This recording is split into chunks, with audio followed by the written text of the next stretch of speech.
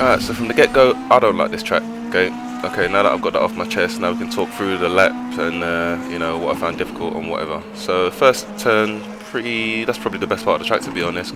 It's kind of semi-difficult to pull off, but leads into this double left-hander, which ain't too bad. But then we come on to the catastrophe, which is this horrible double right-hander thing. It's so horrible and tight, and you have to make sure you don't mess it up too bad, because then you'll mess up this double left-hander, which, you know, starts to, for me, the track starts to redeem itself again. It's like, okay, after that debacle, we'll treat you to a nice little double left-hander, nice little straight with a few left and rights. But then it comes up to this catastrophe, this fast left-hander uphill turning left. I'm like, what? Especially you have to turn in really early, which is really annoying. This sort of like weaving left and right isn't too bad, but again, the track is just so slippery. Like, it just feels so slippery. I don't feel like I'm ever really in 100% control of this car, and I love these cars. This track almost makes me not want to drive these cars. This right-hander coming into the straight, again, you have to be really patient with it. I think that's what this track is all about. It's like it's being very patient on the throttle, you know, which is fair enough. It just sort of like, it's just being patient on some really awkward, annoying corners. Like, I just don't like it. Like, hell, even this hairpin at the end, which, you know, normally I don't mind hairpins, but for some reason, maybe because it's just Moscow Raceway's hairpin, it just seems much more annoying and slippery and dangerous. Yeah, like, I was having a lot of trouble setting up this car. I got a little bit of help. Tim Marshall gave me a setup, which definitely started to help me get around the track a little bit easier, but it still felt kind of a little bit twitchy for me, so I had to maybe change a few things. I think stiffen the front springs and also soften the rear anti-roll bar, and there was something else I did as well, but in the end it definitely helped, so thanks to Tim for that. But yeah, I mean, like, just leading up to this thing, up to this, like, this little hill, and then this fast left-hander.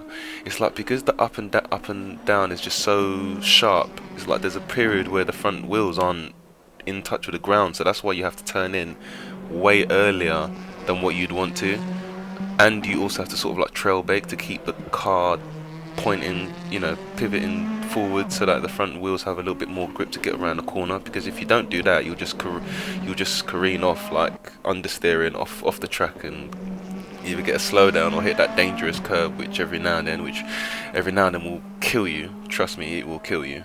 Watch my last race. But yeah, but like I said, again, it just rewards that very patient on the throttle, and then if you do that, you'll give yourself the best chance to set yourself up for the next couple corners. My steering wheel range is like usually 400. As you can see here with like so you can see my steering wheel input. So I'm not really turning the wheel that much, except every now and then I don't turn. You know, you might get maybe a 90-degree turn, but more often than not, it's very small, subtle changes. But with this sort of track, I feel like maybe increasing it slightly would have helped. But again, like I said, you've got to be really patient, especially around that bit there. This left-hander's isn't too bad. It sort of like rewards staying off the throttle up until that right moment, and then it's full throttle from here on out, which is cool. But again, like I said, here you're going to see me set myself up for the corner, but I'm going to turn just before the left, so there, and there's like, it seems weird, but there's like a slight delay, and I only just made it as well. This part here, second gear, sometimes I've gone through here, which isn't too bad, but again can be a little bit too sketchy. Again, you've got to be, you just off the throttle. This left-hander seems a bit weird. You kind of turn in early, but the track will kind of hug the car, so you can turn in a bit early and throw it around there a little bit. See there, I've got a little bit of oversteer on exit. But yeah, man, I mean, like I said, I'm glad the event's over.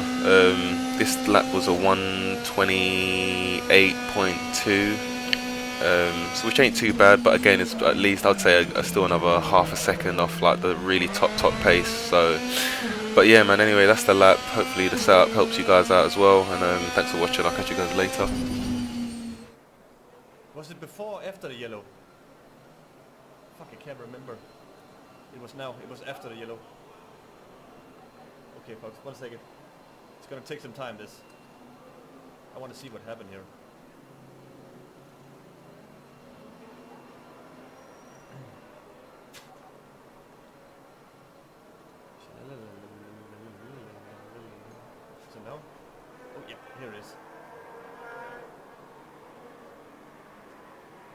let's first check out what happened here.